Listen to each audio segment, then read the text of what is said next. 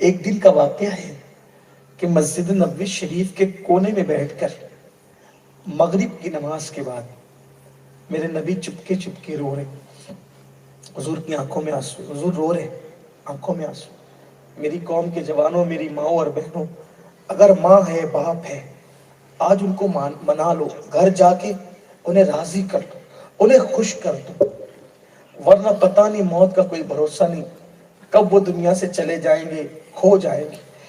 ایک کھوئے ہوئے لوگ کبھی نہیں ملیں گے, پھر پچھتانے سے کوئی کام نہیں چلے گا.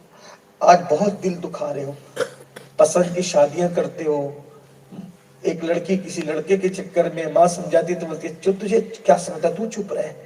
ایک لڑکا کسی لڑکی کے چکر میں ماں سمجھاتی, باپ سمجھاتا, چھوڑو, تمہیں کیا سمجھتا ہے, ہم اپنی زندگی جئیں گے.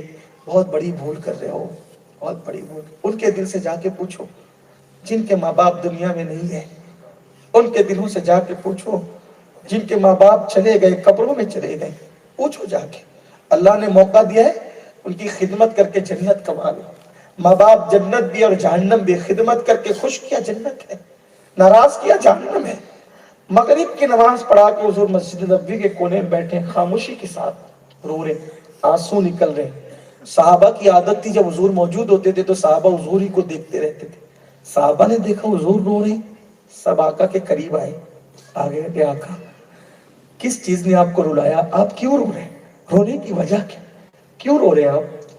آقا نے فرمایا میرے صحابہ, آج مجھے میری امی حضرت آمینہ کی یاد آ گئی, ماں یاد آئی ہے, اس لیے میں رو رہا ہوں. کاش آج میری امی آمینہ حیات ہوتی. صحابہ کرام نے سنا, رونے لگے, سب رو پڑے, پوری محفل رو پڑی. جب سب رو رہے تھے تو سرکار نے فرمایا اے میرے صحابہ, کتنا اچھا ہوتا آج میری ماں حیات ہوتی. یہ سب شان شوکت دیکھتی کتنا خوش ہوتی, آج میری ماں حیات ہوتی کتنا خوش ہوتی. صحابہ کرام رونے لگے تو سرکار نے فرمایا اے میرے صحابہ, اگر آج میری ماں حیات ہوتی نا اور میں تم لوگوں کو نماز پڑھا رہا ہوتا. میرے جوان توجہ کرو, حضور کیا کہہ رہے, آقا کی بات پہ توجہ کرو. سرکار فرماتے اے میرے صحابہ, آج میری ماں آمنہ حیات ہوتی اور میں تم لوگوں کو نماز پڑھا رہا ہوتا, اور حالت نماز میں رہتا, اور میری ماں کو میری ضرورت محسوس ہوتی تو میری ماں مجھے پکارتی محمد ادھر آؤ. میری ماں مجھے, جسے اللہ مزمل اور مدثر کہہ کے پکار رہا ہو, وہ نبی تمنا کرتے ماں مجھے پکارتی, ماں مجھے پکار. ماں کی پکار کی لذت ہی کچھ اور ہے.